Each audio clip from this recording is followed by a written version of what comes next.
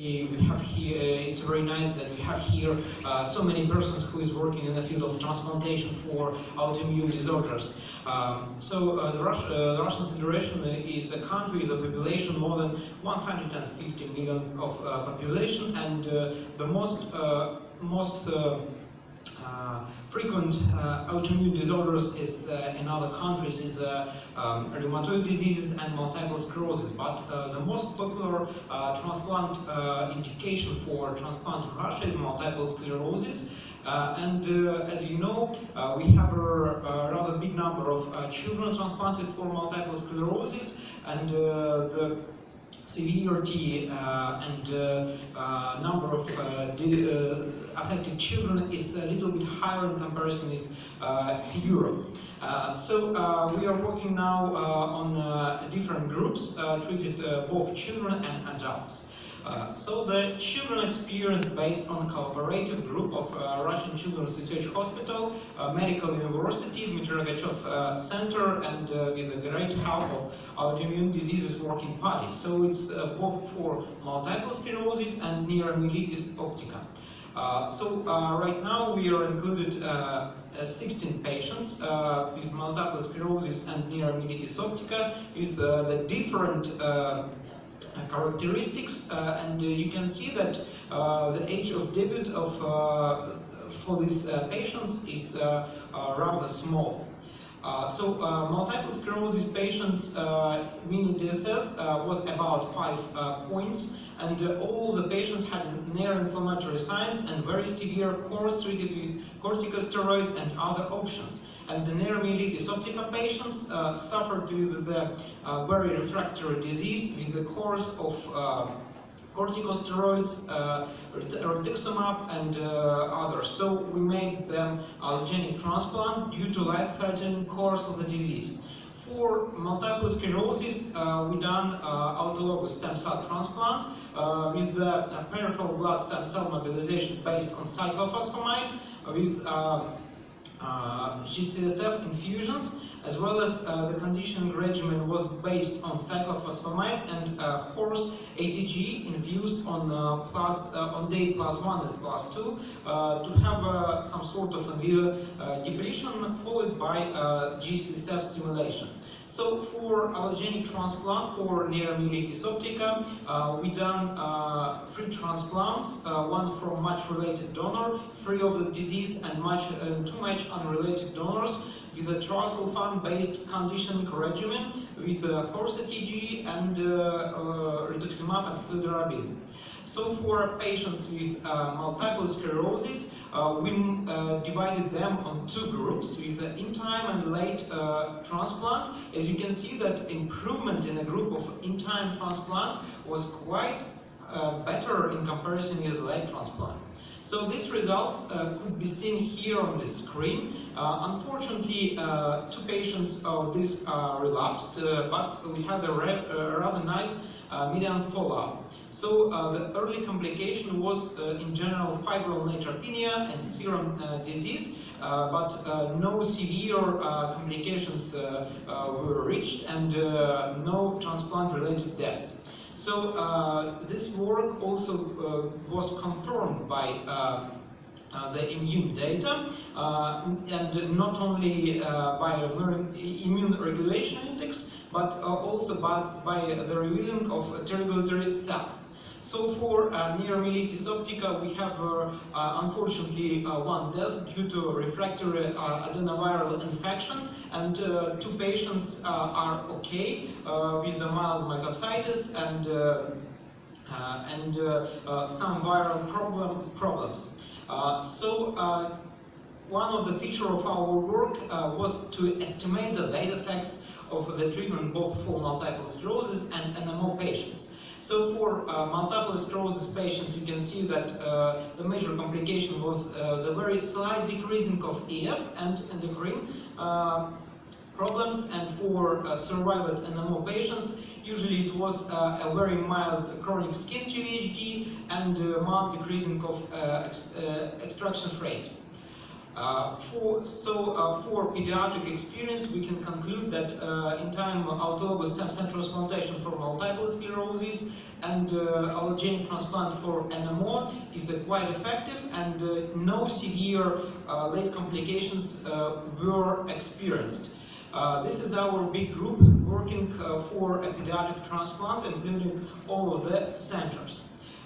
For adult experience, we have two major groups working on this question. First group is led by Pirogov Center, and it's connected with the name of Andrei Novik, who is very well known in this auditorium. And right now, the principal investigators of this work is Dr. Melnichenko and Fedorenko. So the most experience is the MS patients. So they have the nice study, including 99 multiple sclerosis patients with a mini DSS 3.5 at inclusion, and it's relapsing remitting and progressive multiple sclerosis. So the base of their conditioning regimen is beam and mini beam-like with a different number of patients. So the 60 patients were conditioned with BM and others with BM-like. Fortunately, no transplants-related deaths were observed, and disease progression, was about 16% at 80 years. And the event-free survival was about 80%. So there is a slight difference between relapsing remitting and progressive multiple sclerosis, but not statistical difference. So as you can see that at the long-time follow-up, about 62 months, more than 47% improved, and it was no statistical difference between the different conditioning regimens. But as you can see, there were no any difference between relapsing remitting and progressive multiple sclerosis. But how we can differentiate? Inequality of life. So this institute is very pointed on a quality of life assurance, not only in autoimmune disorders, but also in malignancies. So as you can see that the quality of life in case of transplantation for relapsing remitting multiple sclerosis is quite better in comparison with progressive multiple sclerosis. Thus, the in-time transplant could really improve the results, both clinical and quality of life for this kind of the disease.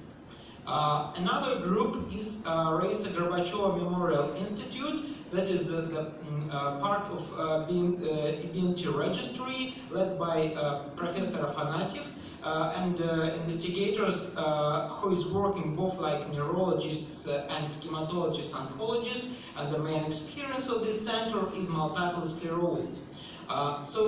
This center performed transplants during the period from 2000 to 2010 with about 30 patients transplanted.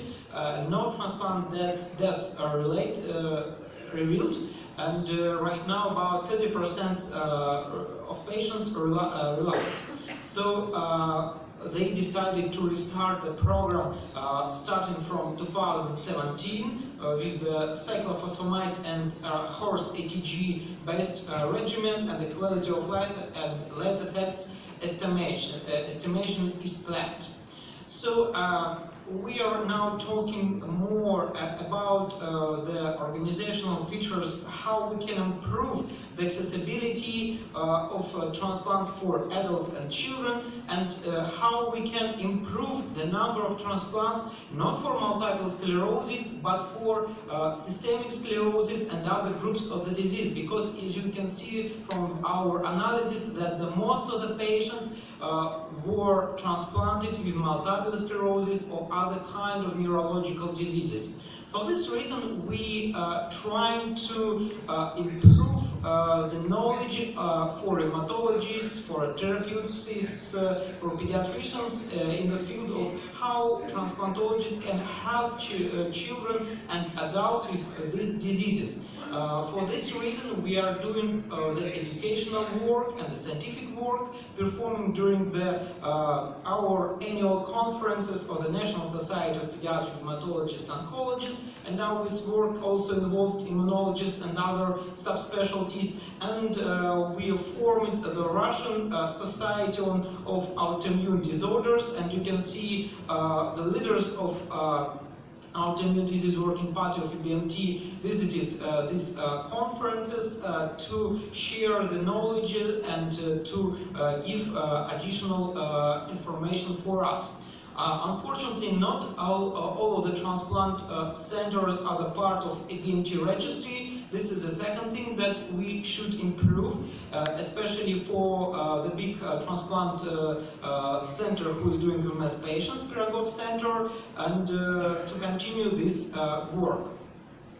And of course, at the end, I would like to say big thanks for all the persons in our country who is doing the transplantations for autoimmune disorders, and of course for Autoimmune Diseases Working Party, who gave us this possibility to explain more how transplant work for autoimmune disorders is done in our country. Thank you so much, and we have time for questions.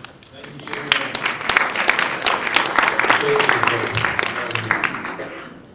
Any questions about the Russian activity in autoimmune disease? It seems tremendous, actually. It's a shame it's not coming into the Ebmt database, because I think the numbers in MS are much greater.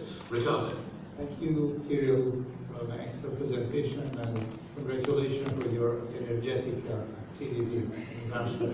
I just wanted to clarify about the series of Professor Afanasev, that 50% of relapses in MS might be progression, not relapses, possible. I mean, will be reliable data in secondary progressive phase. So thank you for your question. So it was the discussion about the inclusion criteria. So unfortunately, a lot of these patients were included, like progressive multiple sclerosis. The prognosis was not very favorable. That's why we have such relapses. And the second problem is that these transplants were made more than 80 years ago. So a lot of technologies changed. So we hope this restarted program will give better results. So you might use a better progression instead of relapses for that type of patients. Thanks. Thank you. Any other comments from the floor? Thank you very much, Kirill. I think you're one of the best examples of a paediatrician in the Autoimmune Diseases Working Party. It's great to have you. Some paediatricians come and go, but they're in other working parties like Inborn Errors, but you've been consistently on our side, so it's good to have you. And good to hear your take on paediatric MS and NMO and other disorders. Thank you very much. That was a great talk. So the last talk of this afternoon session is going to be given by Professor Basil Sharak, who's a very experienced neurologist with an interest in MS and other neuroimmunological disorders, based in the academic neurosciences department in Sheffield. Thank you, Basil. Thank you, John, and thank you for asking me to talk about the Hsct neurological conditions. Of course, John, you showed this slide a bit earlier. I wanted very much to talk about multiple sclerosis, but you're stopping me from doing that. You want me to talk about this bit, really, which are not that common.